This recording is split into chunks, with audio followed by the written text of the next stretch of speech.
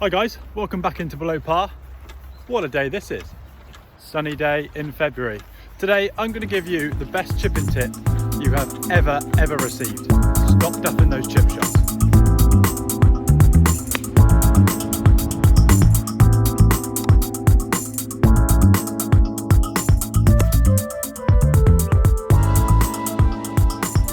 But guys, before we get started on the video, remember to like, remember to subscribe, hit the bell notification to stay notified about all uploads.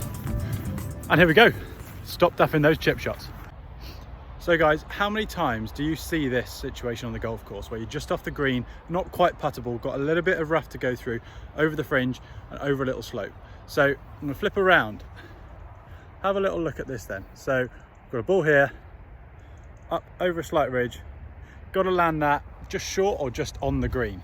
Now, I'm going to show you how to stop duffing this chip shot. I'm going to go through a few different techniques that I see that just do not work.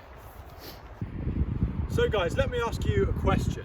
How many times do you find yourself on a golf course where you're in the situation where you've got a nice tight lie, you've got to get the ball up in the air, popping over a little bit of rough or a little bit of dodgy fairway to get the ball rolling just off the surface or just on the surface to get rolling out towards the target? I bet that answers quite a lot. Now, when you're on a tight lie, what a lot of people would do in this situation is use a 8 iron, 7 iron, something that they're comfortable to get the ball rolling along, which is a great idea, and I'd recommend 95% of golfers to use this shot. But if you're a comfortable golfer and to put you in the situation where you haven't got that option, when you're using your sand wedge, how many people, it might even be yourself, how many people do you see that you play golf with that use a technique that looks a little bit like this, where the ball position's right on the back foot, the handle's leaning forwards and the body's leaning forwards? Now, this is all a recipe for a downwards angle of attack and supposedly to create lots of spin. That might well be true, but it's a technique that's not going to work for everybody. And there's some real big dangers in using this technique. So there's a bird to the right of the camera there. Now, so let me talk you through a foolproof technique on how to make sure that you stop duffing your chip shots. So guys, step number 1, we're going to move that ball position further forwards. And what this is going to do, we're going to go slightly forwards of center. What this is going to do is going to start to shallow our angle of approach to make sure we're not getting that club digging through the surface. We're still going to have interaction with the ground, but that comes in the later part of this video. Automatically, by moving that ball forwards, look what happened to my hands here. They're not so far forwards. This is where bounce comes in. Now, the amount of people that come into the pro shop or anywhere I've worked is the understanding of bounce isn't quite there. Now, the importance to understand bounce is so crucial, because the bounce really is your friend. So the bounce, guys, is the measurement of the angle between the trail edge and the lead edge of your golf club. If I was to hold the golf club up vertically here and put my club on a flat surface, what you'll see is the leading edge is slightly sticking up, with the trail edge just touching the ground. Now that is going to help your club glide through the surface. As soon as your hands come too far forwards, you're taking all the bounce off that golf club, and when, I'm not going to do it to this lovely golf course, but what you'll see is a big digging motion downwards, and the club's not going to glide through. And if you're not striking that ball first, the ball's going to go all of 3 yards. And let me ask you, how many people do that? And that is a lot. So we're going to talk you through this technique now, where our hands, we're going to try and start our hands, well, get the shaft vertical and get back to impact vertically. Now, what this might seem to a lot of people as if it's a scooping motion, let me tell you, it really is not. Now, the way that we keep this a downward swing and still have interaction with the ground is by positioning our upper body. So, 3 simple steps to this.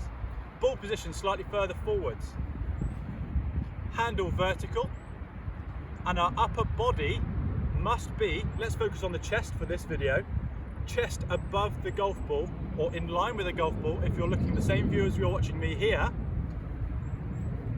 chest on top of the golf ball as you're looking from this view. This means you're able to control the low point of your golf swing. How many people do we see trying to scoop the golf ball where the upper body's falling backwards this is where you're going to be making impact with the ground. You're going to see these duff shots, okay? Whoops. So, making sure the chest is above the golf ball. Let's try and do a little demo for you, and I'll show you a few around the green in the clip afterwards. Hopefully this technique works for you. So, we're going to go through the steps as I set up for this golf shot now. So, ball position, slightly forwards of center. We're going to get our golf club vertical so we can help that bounce glide through the surface. And we're going to make sure by bringing our chest above the golf ball there to make sure we're still on a downward swing on the way through, but it's nice and shallow. So all we're going to think about is turning and turning through, okay? See there how the club's glided through, haven't taken a big divot for a relatively long shot. The ball's had to carry some distance. Hopefully you get that, guys, works for you. So guys, with this technique in mind, I've just found myself in another situation on the golf course here where, you know, I mentioned that 7-iron option, which is a great option, by the way. I might even do a video on that, on why it's important and how it's so important to keep your score going by taking the bad shot out of play if you're someone that's not confident with your chipping. Hopefully after this video, you will become more confident chipping with more loft. But for this situation here, let me show you this. So I've had a go at the par 5 and 2, okay? So I've leaked it a bit out to the right, and you can see from this view here, sort of from eye level, you can only just about see the base of the pin. So we're gonna need some loft on this shot. It's not a very long shot, it's a small pitch shot, let's call it. So the technique that we spoke about earlier, it comes in real handy here. And you know that guy that puts the ball on the back foot, probably gonna use a 60-degree for this. If he gets this wrong, the ball is going to go about 2 feet. So here's the shot we've got in front of us. I've dropped a couple of balls down here. We've got to come up over here, up over the ridge, carrying it pretty much onto the flat part of the green. So not a great deal to work with here. I mean, this is putting us in a real tricky situation. It'll be interesting to see how you guys deal with this shot now you've hopefully taken this guidance on board. Okay guys, now we see ourselves faced with this tricky shot. You can see the flag in behind me. Can't really see the base. We've got to make sure we get a good strike. So you know that guy we spoke about earlier, where the ball's on the back foot, handles forwards, we're taking all the bounce off the golf club, which gives us the ability to glide the club underneath the golf ball. By no means is this a scoop shot. I've got to keep reminding you of that. So from people going from this technique, hopefully after this video, to this new technique where the ball position's slightly further forwards of center, handles now vertical rather than leaning forwards, taking the bounce off, it might even feel like you are indeed scooping the golf ball, but let me tell you, you're not. Trust the process. So handle vertical, ball position slightly further forwards of center. To ensure the strike, we're going to make sure our chest is over the top of the golf ball. It's 3 simple steps. All I'm going to think about here is I'm going to use my 60 degrees, so I'm going to get a bit more loft on the golf ball because that's what we need for this shot. We're going to think about it, we're going to make sure we accelerate through and be confident, because that's key in this scenario. Let's see how I get on. Hi guys, sorry the battery failed on my camera for filming that final shot. I can assure you it was very average. So thought I'd film a little outro for you now.